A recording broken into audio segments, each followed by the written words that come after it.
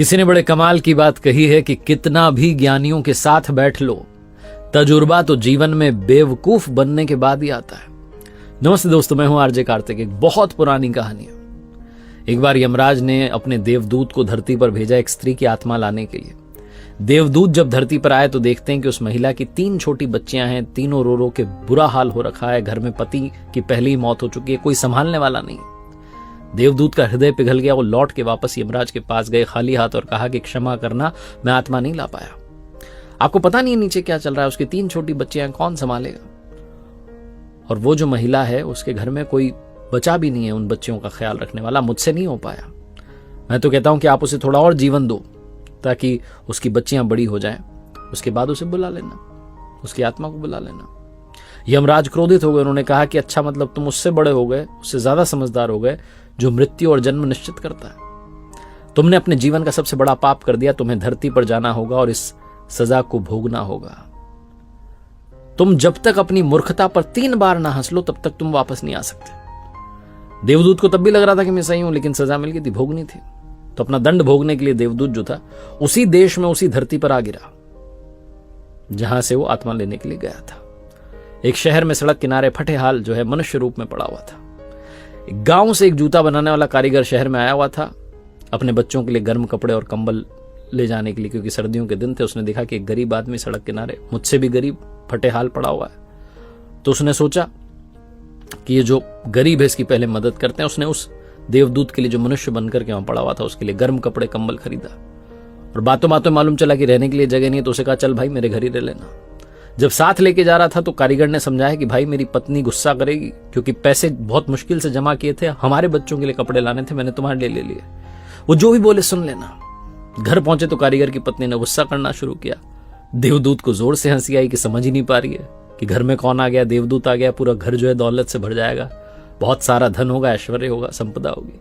समझ ही नहीं पा रही है, बस ये देख रही है कि भाई मेरे बच्चों के कपड़े नहीं आए। वैसे भी इंसान ज्यादा दूर का कहां देख पाता है। तो कारीगर ने पूछा भाई हंस क्यों रहे हो? तो उसने कहा मैं अभी नहीं बताऊंगा, 3 बार हंस लूं तो फिर पूरी बात बताऊंगा। कारीगर की पत्नी ने थोड़ा गुस्सा किया, उसके बाद वो रहने लग गया देवदूत। जो काम कारीगर कर रहा था जूता बनाने का, वो देवदूत ने करना शुरू किया और इतना कमाल का काम करना शुरू किया कि पूरे देश में ख्याति फैल गई। यहां तक कि उस देश के सम्राट के जूते भी वहीं से बनने लगे। एक दिन सम्राट का आदमी आया, बहुत थोड़ा सा चमड़ा था उसके पास। उसने कहा कि बहुत कीमती चमड़ा है, इससे सम्राट के लिए जूते बनाने। ध्यान रखना, जूते बनाने, चप्पल नहीं बनानी है, क्योंकि उस देश की प्रथा थी कि चप्पल तब पहनाई जाती थी जब इंसान की मृत्यु हो जाए। चप्पल पहना करके उसे मरघट तक ले जाते थे। तो उसने कहा भाई ध्यान रखना, जूते ही बनाने, चप्पल नहीं बनानी, चमड़ा बहुत लिमिटेड है। देवदूत को तो सब पता था, उसने चप्पल बना दी। जो कारीगर था जूता बनाने वाला, जो लेकर आया था उसे अपने घर में, उसे गुस्सा आ गया। उसने कहा तुझे समझ नहीं आती, तू मरवाएगा, फांसी दिलवाएगा। सम्राट के लिए जूते बनाने थे, इतना ही चमड़ा बचा था, तूने चप्पल क्यों बना दी? लकड़ी उठा करके उसे मारने लगा। तभी सम्राट का आदमी दौड़ता हुआ और कहने लगा कि सुनो, उस चमड़े से तुमने जूते तो नहीं बना दिए, उस चमड़े से चप्पल बना दो, क्योंकि सम्राट की मृत्यु हो गई है। और सम्राट तो चाहते थे उस चमड़े से बने हुए जूते पहनना, लेकिन चप्पल पहनाकर ही उन्हें मरघट तक ले जाया जाएगा। इन्होंने तुरंत चप्पल ला करके रख दी कि तैयार है। सम्राट के आदमी को सूझा नहीं, फटाफट लेकर के भाग गया। जो जूते बनाने वाला कारीगर था वो देवदूत से कहने लगा कि भाई तुम्हें कैसे पता था? ये जोर से हंसने लगा देवदूत। इसने कहा कि अभी कुछ मत पूछो, बाद में बताऊंगा। एक दिन और घटना घटी।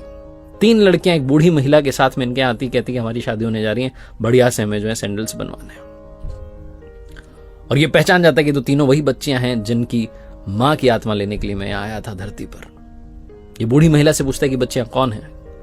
तो बूढ़ी महिला बताती कि हमारे पड़ोस में गरीब महिला रहती थी, उसकी 3 बच्चियां थी, मेरे कोई संतान नहीं थी, इनकी मां की बचपन में ही मृत्यु हो गई, तो मैंने इन तीनों बच्चियों को पाला। उस दिन देवदूत को समझ में आया कि अगर मैं उस दिन उस महिला की आत्मा को लेकर के नहीं जाता, यहीं छोड़ देता, जो कि मैंने किया, बाद में कोई और देवदूत लेकर के गए, लेकिन अगर वैसा होता कि वो महिला और जीती तो ये तीनों बच्चियां गरीबी में पलती। इन तीनों बच्चियों का जो भाग्य था पहले ही लिख दिया गया था। इन्हें किसी अमीर घर में पलना था, धन ऐश्वर्य संपदा के साथ पलना था। अमीर घर में इनकी शादी होने जा रही, इनका जीवन ऐश्वर्य से संपन्न हो गया और इन्हें मां का प्यार भी मिला, एक ऐसी महिला के रूप में जो कि बहुत करुणावान है। उस दिन देवदूत तीसरी बार हंसा, जोर जोर से हंसा, और जूते बनाने वाले कारीगर ने पूछा कि भाई अब तो बता दे। तब देवदूत ने पूरी बात समझाई और कहा कि मैं अपना दंड भोग रहा था मुझे आज समझ में आ गया कि जो ऊपर वाले का खेल है उससे बेहतर कोई जानता नहीं है। इसलिए क्या होगा, कैसे होगा, अच्छा होगा, बुरा होगा, सौभाग्य होगा, दुर्भाग्य होगा, ये सब सोचना बंद कीजिए और अपने जीवन को जीना शुरू कीजिए। एक बार फिर से वही बात जो अक्सर आपसे कहता हूं, ऊपर वाले के आशीर्वाद, अपनी मेहनत और अपनों के प्यार के साथ कर दिखाओ कुछ ऐसा कि दुनिया करना चाहे आपके जैसा।